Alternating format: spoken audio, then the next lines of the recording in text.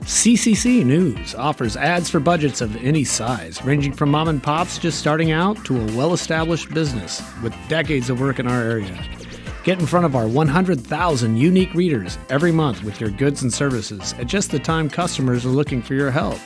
We can tailor your advertising to suit you and your budget to increase your business while not breaking the bank. Contact me, Tom Peterson, at tom@cccnews.com. We'll see what works for you, or you can call me at 541-980-2756. Again, that's 980-2756. cccnews.com, working for you 24/7. All local, all the time in the Mid-Columbia.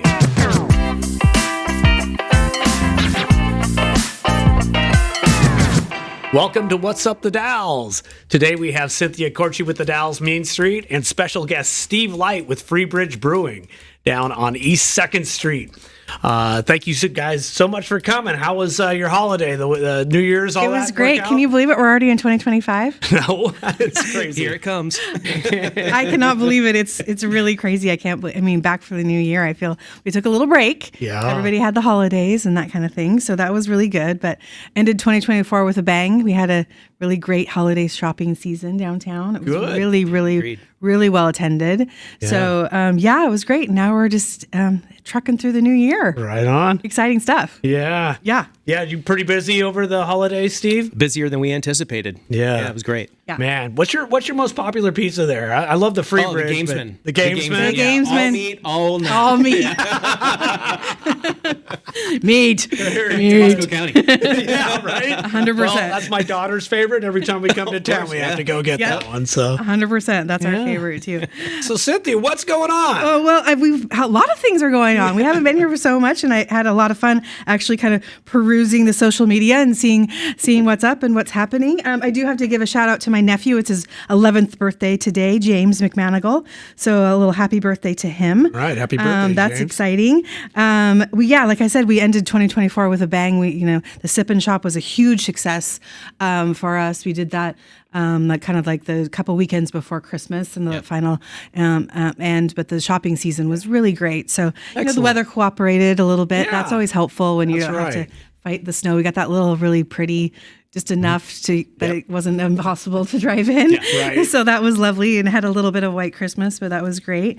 So now we are really hitting the ground running, working on all of our strategic planning and getting ready for what we're going on with the new year, all of our event planning.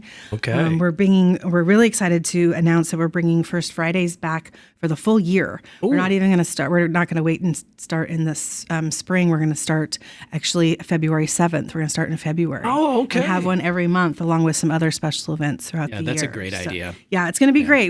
They've worked really hard in getting those established over the last several years, and I think we are only going to be able to build upon those. This last half of 2024 was great with all of what we were able to bring in. So we have a really, Julie and I sat down and actually went through on every month and all of the things we have planned, and it's quite exhaustive. So I'm excited to share that with y'all. But looking around to seeing what's up around the Dalles, it looks like tonight at the Civic, the Mid-Columbia Community Concert Association is doing the Bachelors of Broadway, and that's at doors open at 6 p.m. and that's a 7 p.m. concert. So that's really fun if you want to get out and about and check that out. And also at the Civic, they're bringing in the Zaniac. So it's a kind of a family-friendly comic. He was on AGT and Last Comic Standing, and he's going to be here in February, the 22nd of February at 2 p.m. So that's exciting shows, a couple of fun things to do. Eagle Watch is this weekend. You guys ever been to the Eagle Watch? Yeah. We actually have a big bald eagle that's out at the ranch or at Mill Creek. The Sandoz cows are calving, and I think they're moved in. So we've been watching him. I'm like, Mary, you better get those moved around. So the Eagle Watch is Saturday from 10 to 3. So that's out at the Dam Visitor Center. Let's see what else is going on. I see that at the Landing, Annie Ring at at the Smoke Ring barbecue. They have several spaces available if you have a food truck, and they're taking applications for that for this spring and summer. So that's exciting. Contact her if you'd like to learn more about that. It looks like we had an official ribbon cutting and chamber opening for the Cupcakes by Cindy and Rusted Roots Bake Shop down there at the workshop. Yeah, did you go to that? I didn't. I wasn't able to really go, fun. but I did have some great interviews with those two up front. But it did look like they had like 65 people show up. It was a huge attendance. Photos, Yeah, so, it was great. wow. It was really great. So that's really exciting to have more new fun businesses to be able to be around and available for us. I see there's a lot of also really fun things going on at the library. The library has it. They have a lot of fun activities going on. They're doing chess classes. If you've ever wanted to learn to play chess, they're starting those this weekend. Actually, the second and the fourth Saturday of each month, they're having Learn to Play Chess. And then they're also doing a magic show on February 1st. So that's exciting. And then also I see that the farm stand is now is able to take EBT. So that's really cool to be able to have access to that. What else is going on? I think, the new playground, the new treetop play park at Cirrhosis opened. Now, I did weekend. go to that opening. So great. It's awesome. Awesome. Yeah, those kids were just going crazy. They couldn't wait till that ribbon was cut to run through the gate and get over there. I know. Cut it. I'm going to go to the tower first. And I felt like I was, 6 again. Yeah. It was really fun. So that's super exciting. And it sounds like they have a lot of really new things that they're going to add to that. They're going to add more swings and some shaded seating and batting cages and an opportunity to have food trucks up there. Yeah, it looks going to be really great. And I saw they also had a new shelter, right? They replaced some of that too. So that's really cool. Yeah. So that's not going on downtown, but that's a really fun event happening. So that's kind of what's going on in the Dalles. Anything else you can think of, Tom? Well, there was one thing I was going to add. U.S. Congressman Cliff Bance is recommending Cody Agidius to be accepted into the United States Naval Academy. Yeah, he got accepted into the Naval Academy, the Air Force, and he got accepted to all three. Really? A trifecta? Wow. Which is impossibly hard to do. Yeah. That's impressive. Yes, yeah. It's very impressive. So a shout out to Steve and Dawn on their success that's so in raising a great kid there who is a pretty good baseball player, as I understand it as well. So. Yeah, he is. He's graduating this year. So that's exciting. Very good. What was some of the other things that are going on? I believe the Dalles Arts Center is kind of going through a board change up, and they're hoping to get their stories out, and we'll be chatting with them soon. So we'll be looking for that in CCC News. Oh, yeah. Great. So, that's cool. That's a nice anchor there on 4th Street. Oh, and one other thing that I wanted to mention is the Women's Giving Circle. I don't know if we talked about this before, but this is something we started. We actually started at the Health Foundation through Adventist Health.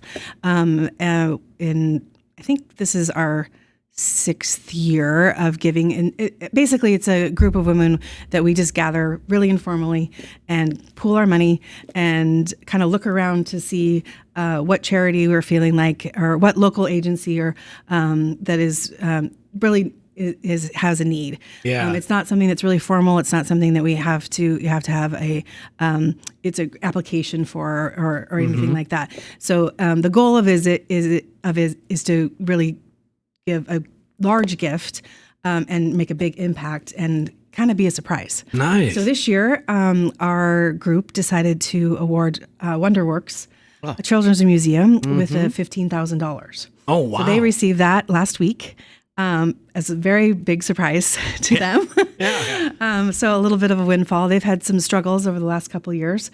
But that's a 50-year institution. Right. Wonderworks was something that I attended when I was young. Me too. Growing up. That's My crazy. kids were there. Yeah.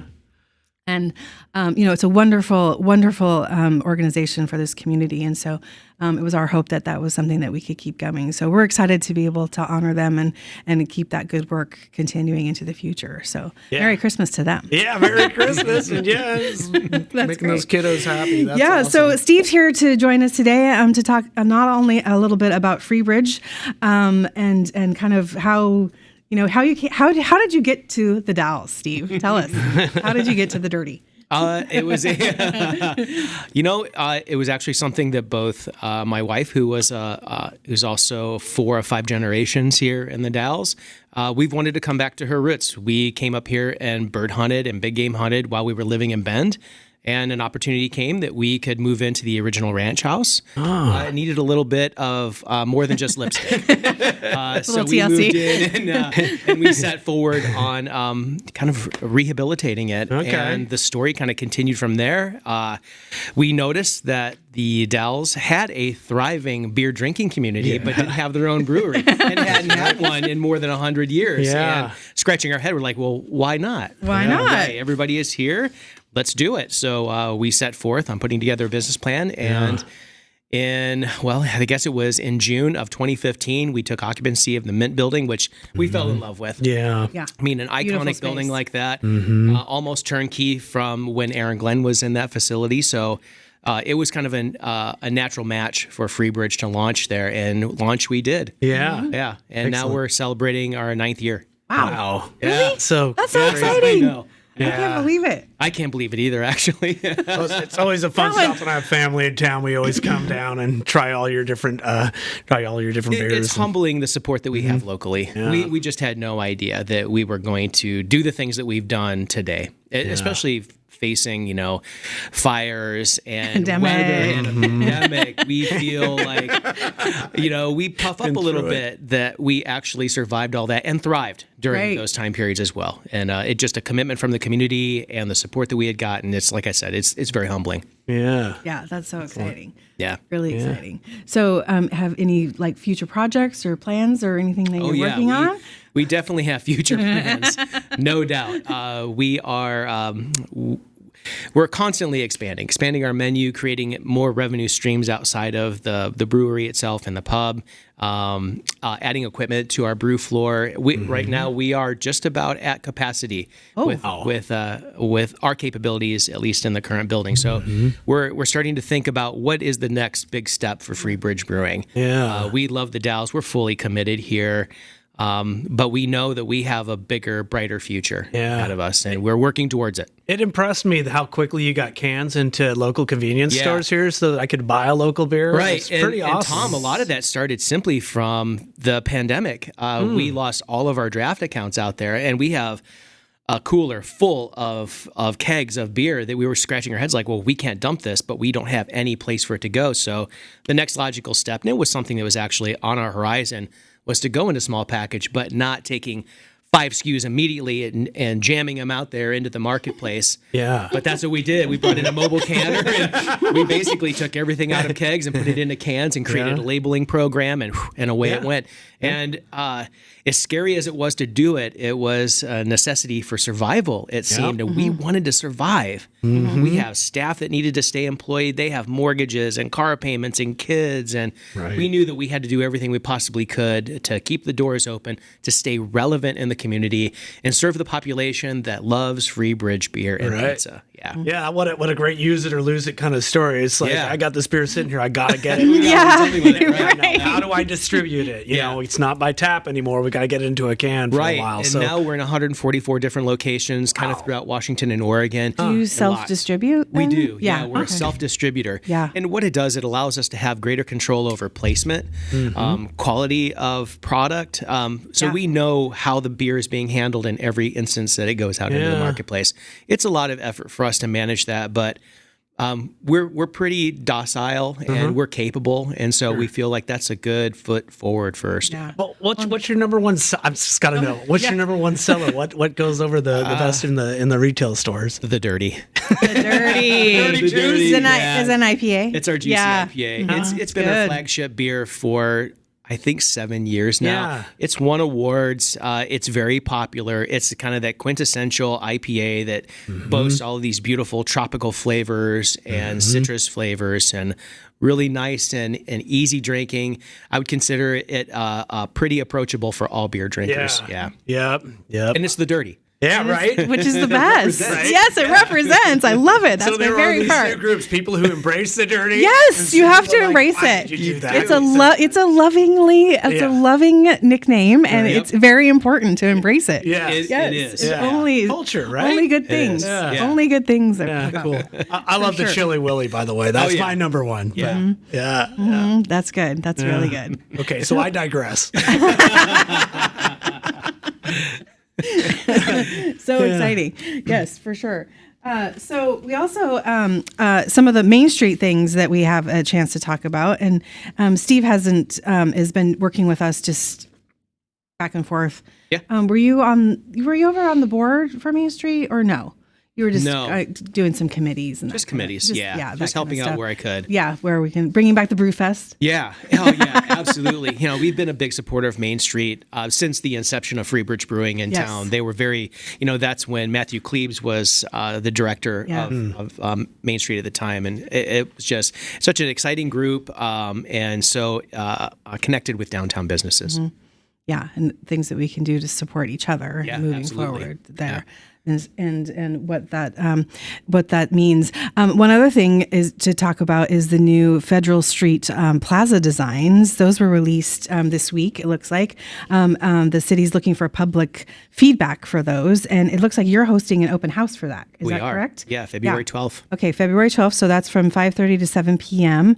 And so that's going to be talking about what the designs are, and then just gathering feedback about that. I think it's going to be a lot less talking and a lot more Q&A. Okay, great. We really would like for the public to come in and engage with those of us that are on the committee that's sort of steering this project, as well as the designers that are going to make an appearance from Portland to come out and answer all the questions about why is it this way, why is it that way. It's really exciting. So tell me what the difference is between, I see there's two schemes, River City and the Basalt. And so tell me, they're just very similar. They are. Obviously, you're looking to incorporate nice green space and water features and, different kind of places to gather and that kind of stuff. Tell me, what's the difference between those two? Is there anything? I would say the biggest differences between the two are some of the design characteristics. I felt like the River City design has a lot more porosity and flow through. Okay. And it also has the capability of creating intimate spaces within the footprint of Federal Street Plaza.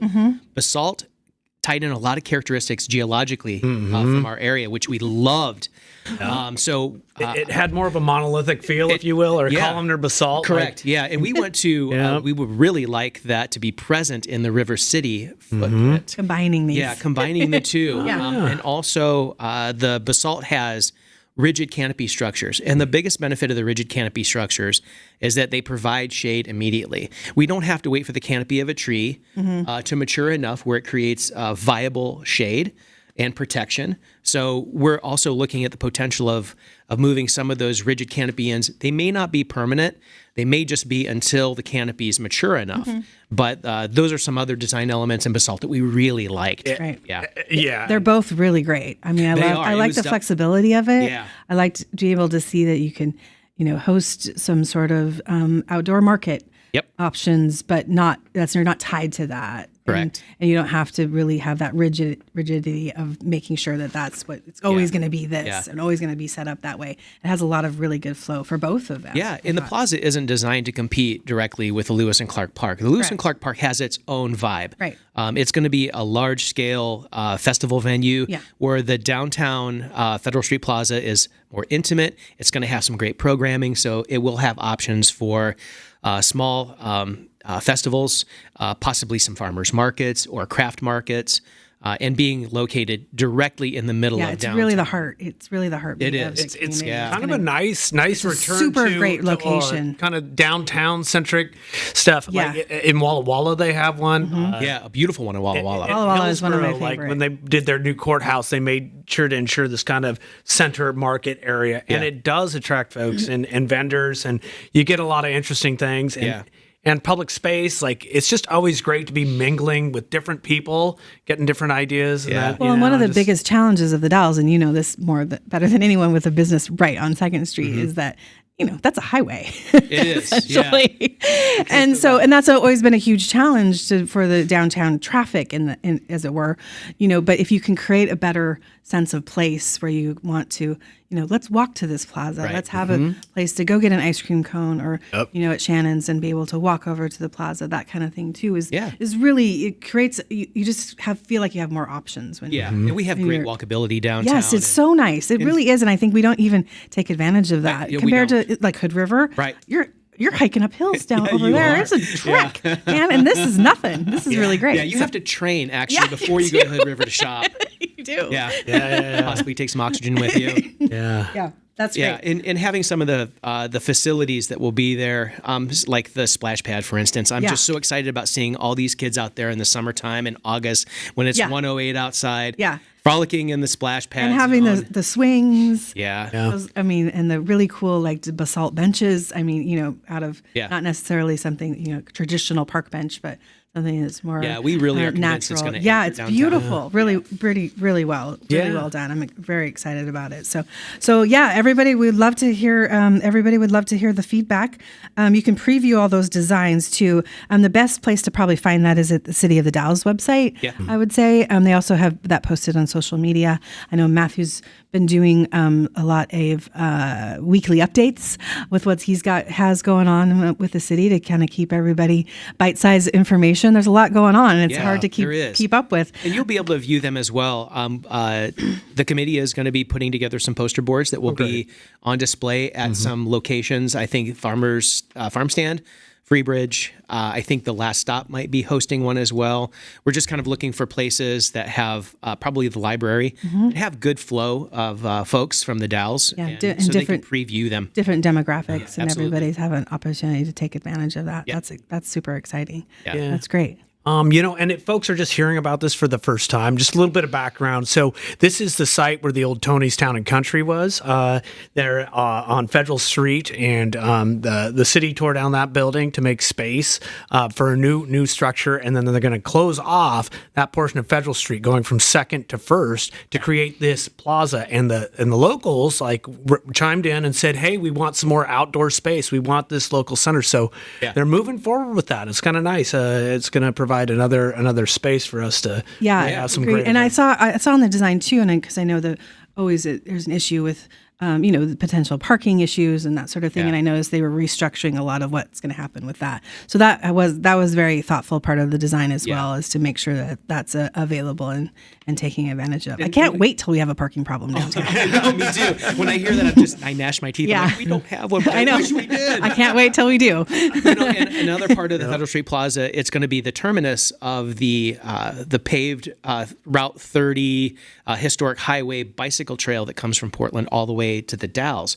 So this will have a bike hub that will have long-term lockers for your bicycles, short-term ability to lock up, plus a kiosk giving information for downtown, some things that you might want to go see, and then a bike repair station. Wow. What a great tie-in. So that's the old historic highway coming all the way from Troutdale up to the Dalles. Yeah. And who knows the number of folks that we could see from that far as tourism goes. And if you've ever used that path, it's amazing. I mean, it's absolutely stunning. I mean, some of the most beautiful features of the Dalles are on that bike path. Amazing. That's so exciting. So when does that bike path open?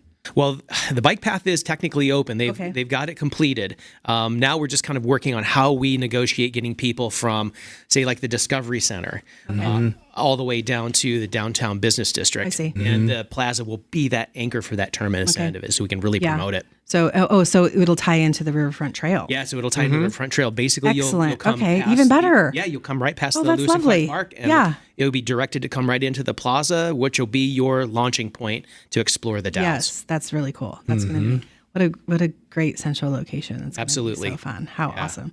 And what's the other time? Do you know the timeline on that too, as well? We're actually putting together a pretty aggressive timeline. I know that the mayor would really like to see this project getting underway sometime this summer, but I think realistically we're looking at breaking ground in the fall. But you never know. This committee has been really aggressive, meeting a couple of times a month. We really want to see this sooner than later. Well, it really is an anchor for everything, and kind of can branch off all these and a jumping point for a whole bunch of other business opportunities and others that are hoping to take advantage of, what we have to offer and the things that we're on the precipice. We definitely are. There's no doubt about it. We were on the precipice once before in 2019, and then I know. Dun. But we're back. We're back. Yeah. It only took 5 years, but we're back. And we're smarter. We're more agile. Yeah. We're ready to do that. So I did want to just talk about a little bit about some more of the special events and First Friday things that we have going on with Main Street for this year. Because like I said, we're hoping to do something every month. So our first one is starting with our chocolate crawl. That will be in February 7th. And that's, and get ready, of course, for Valentine's Day weekend. We're hoping the weather cooperates, of course. It will. It's got to, right? Yeah. Yep. It's got to. So, with Steve, how soon do you order your flowers? Flowers, Tom? This is why you go to the chocolate crawl on the 7th. So everything's taken care of. You can get all of your needs taken care of at all of your downtown favorite local shops. And then we'll have one every month. We're planning on doing something every month. So on the first Friday. And then we're actually going to incorporate some other special events throughout the year, not just with First Friday, but also adding some other, we're going to do a Roses and Rosé wine walk in May in celebration of Mother's Day, which is going to be really fun.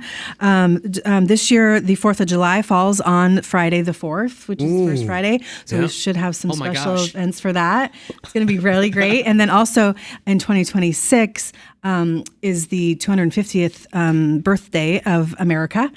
So they're busy. Dalles Fourth is very busy planning what that celebration is going to look like. And we're getting ready to assist with some of that too, and planning a big blowout for the anniversary of that, and that'll be on Saturday the 4th, which is very exciting as well. So we're looking forward to some other working again with some other community partners.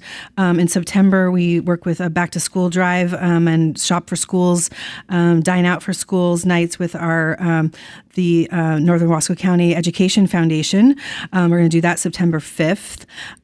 We're looking to do another sidewalk sale and that sort of thing. That was really popular last year. We wanted to add some more, add to our breast health, kick off the breast health in October, that first Friday, working with Adventist Health, and we had some great participation from the community for that, and we hope to bring in a new concert for a concert series working with Little Music City and the Dalles Overground. We're going to work with both of them and to bring that. Alan Nolan and Marcus and all those guys. We've been talking about what that can look like this fall, so that's exciting too. And then we're also working to help with veterans. Veterans Day is in the 11th, but then First Friday is before that. So, those kind of things adding to the parade, and can we do some other special events for that? Working with those other community partners, and then we'll have similar things for the November and December holiday shopping season with our Small Business Saturday and Pink Friday and all that fun stuff as we round out the year. So all of the First Fridays will be thematic? Some of them will, some of them won't. I love that whole idea. Yeah. Gosh, I mean, it's so great. It's great. It's really great, and it's a lot of fun. People can kind of rally around that. It's just the Downtown Association and Main Street has worked really hard in really establishing those events, and the community is looking forward to having something to do on First Friday. So we're really hoping to build on that this year and even further develop those even more.